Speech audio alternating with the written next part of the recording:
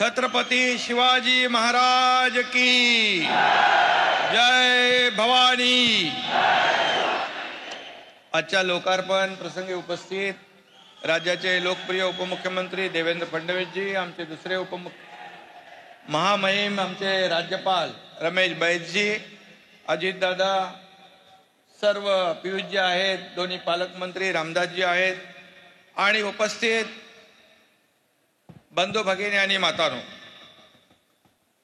देशाच्या पंतप्रधान पदाची सूत्र हाती घेतल्यानंतर खऱ्या अर्थाने पहिल्यांदा आदरणीय प्रधानमंत्री मुंबईत येत आहेत।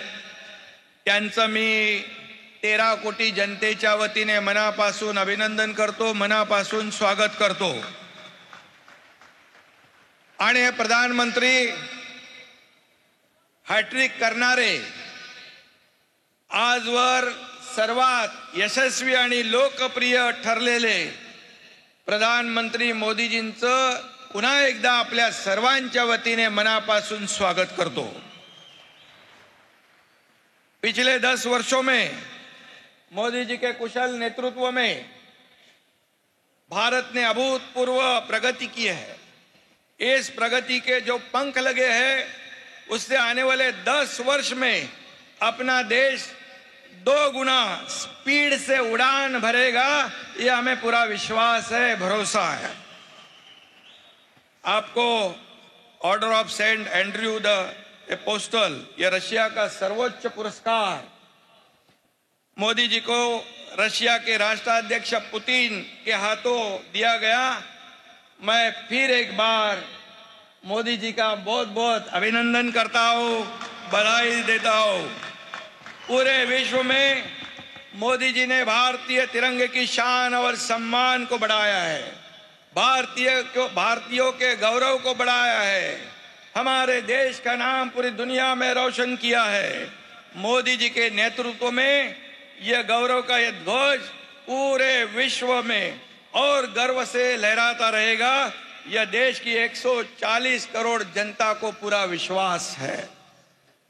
लोकसभा चुनाव में संपूर्ण देश में देश के नागरिक के मन में प्रधानमंत्री पद के लिए फिर से एक ही नाम था, वो हमारे नरेंद्र मोदी जी का। लेकिन विरोधियों ने एक नैरेटिव फैला के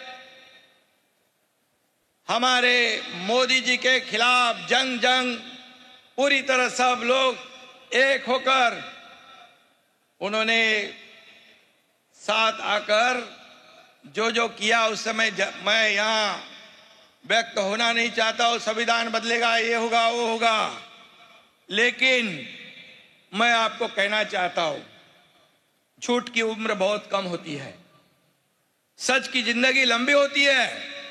झूठ भले कितना भी झूम ले, जीत तो आखिर सच की होती है।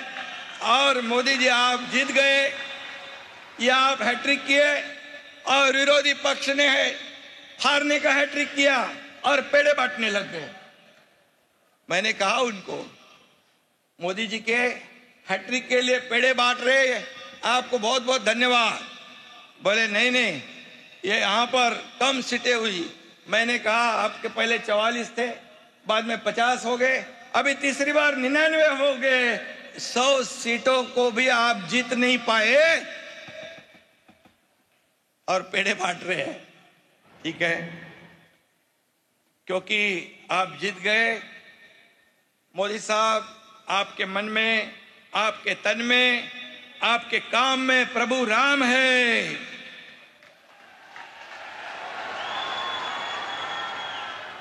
और आपके साथ बाबा साहेब का संविधान है। Energy, speed, dedication, commitment, in सभी शब्दों का एक ही अर्थ है, नरेंद्र मोदी जी। मोदी जी जब भी महाराष्ट्र में आते हैं, खुशियों का एक नया पैगाम लेकर आते हैं, प्रगति और विकास के द्वार खोल देते हैं। महायुती सरकारने गेल्या 2 वर्षात पायाभूत सुविधांचं जे जाळं विणलं देवेंद्रजींनी ते सांगितलं, की अनेक प्रकल्प आपण केले ते केवळ भारताचे प्रधानमंत्री नरेंद्र मोदीजी यांच्या पाठबळामुळे, भक्कम पाठिंब्यामुळे मी हे नम्रपणे या ठिकाणी सांगतो. आज जे भूमिपूजन आणि उद्घाटन होणारे प्रकल्प म्हणजे खऱ्या अर्थाने गतिशक्तीचं प्रतीक आहे असे मी या ठिकाणी सांगतो. माझ्या देखील मनामध्ये देवेंद्रजी हा प्रकल्प जो ठाणे बोरिवली गेल्या अनेक वर्षापासून होता, ठाणे बोरिवली ट्विन टनेल भूमिपूजन होतंय, मुलुंड गोरेगाव लिंक महत्वाकांक्षी मार्गाचं भूमिपूजन होतंय. ज्या प्रवासासाठी आता 2-2 तास लागायचे आता फक्त 12 मिनिटांमध्ये हा प्रवास होणार आहे, फक्त 12 मिनिटात. आणि मुंबई ठाण्यासह MMR रिजनला लाखो लोकांना त्याचा फायदा होणार आहे. त्यांचं जीवन वेगवान आणि सुखकर होणार, त्यांचा प्रवास सुखकर होणार. नरेंद्र मोदीजींच्या हाताला यशाचा परीस लाभलेला आहे. त्यांचे हात ज्या कामाला लागतात त्या कामाचं सोनं होतं. समृद्धी महामार्ग असो, अटल सेतू असो, मुंबई मेट्रो असो, निळवंडे धरण असो, अशा असंख्य कामांचं भूमिपूजन पण मोदी साहेबांनी केलं आणि लोकार्पण पण मोदी साहेबांनी केलं. हे फार क्वचित पाहायला मिळतं. आणि म्हणून आजचे दोन्ही प्रकल्प देखील निर्धारित वेळेत होतील. त्याचं भूमिपूजन आज मोदीजी करतील आणि त्याचं लोकार्पण देखील मोदीजी करतील असा विश्वास या ठिकाणी मी व्यक्त करतो.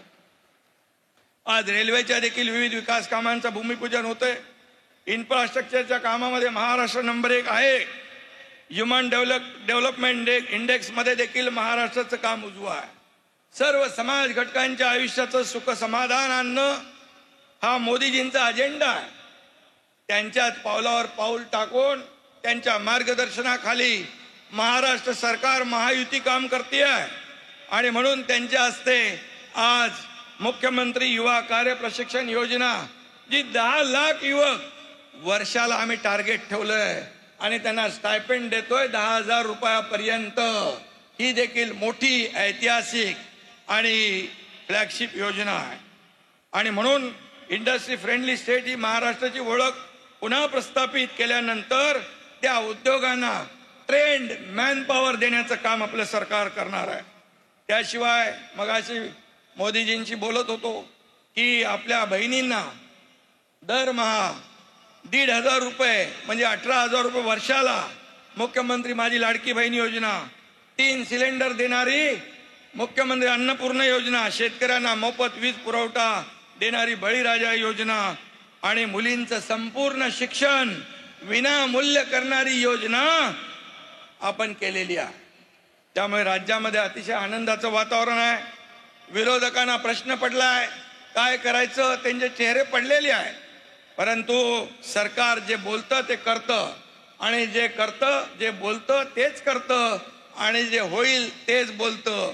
आणि म्हणून राज्यातल्या प्रत्येक योजनेला मोदीजींचा, केंद्र सरकारचा भक्कम पाठिंबा मिळतोय. आम्ही जेवढे प्रस्ताव पाठवले एकही पैशाचा कट न लावता तसेचे तसे प्रस्ताव राज्य सरकारचे केंद्र सरकारने मंजूर केले. त्याबद्दल मी मनापासून धन्यवाद देतो. मुंबई हे जगातलं सुंदर उत्कृष्ट शहर व्हावं हे आमचं स्वप्न आहे आणि ते स्वप्नही साकार करतोय.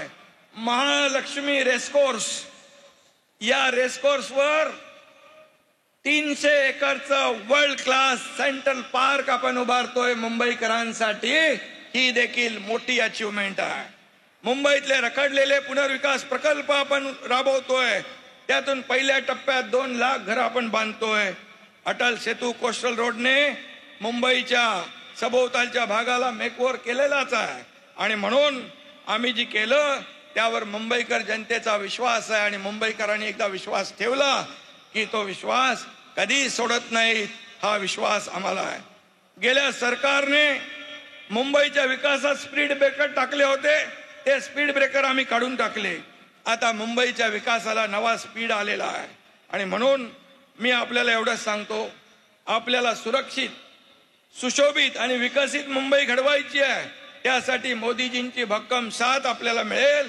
गेल्या 2 वर्षात डबल इंजिन सरकारने काम केलं. राज्याचा चेहरा मोहरा बदलला. पुढल्या 5 वर्षात विकासाचं इंजिन अधिक वेगाने धावेल आणि या देशाला मोदीजींचं भविष्यवेधी नेतृत्व सतत मिळत राहो, त्यांचं मार्गदर्शन आम्हाला सतत मिळत राहो अशी सदिच्छा मी व्यक्त करतो. मोदीजी, आज आपल्याला आम्ही सर्व शब्द देतो. आम्ही करू अजून मेहनत, आम्ही करू अजून कष्ट, पुन्हा जिंकून दाखवू विधानसभेत महाराष्ट्र. धन्यवाद. जय हिंद, जय महाराष्ट्र.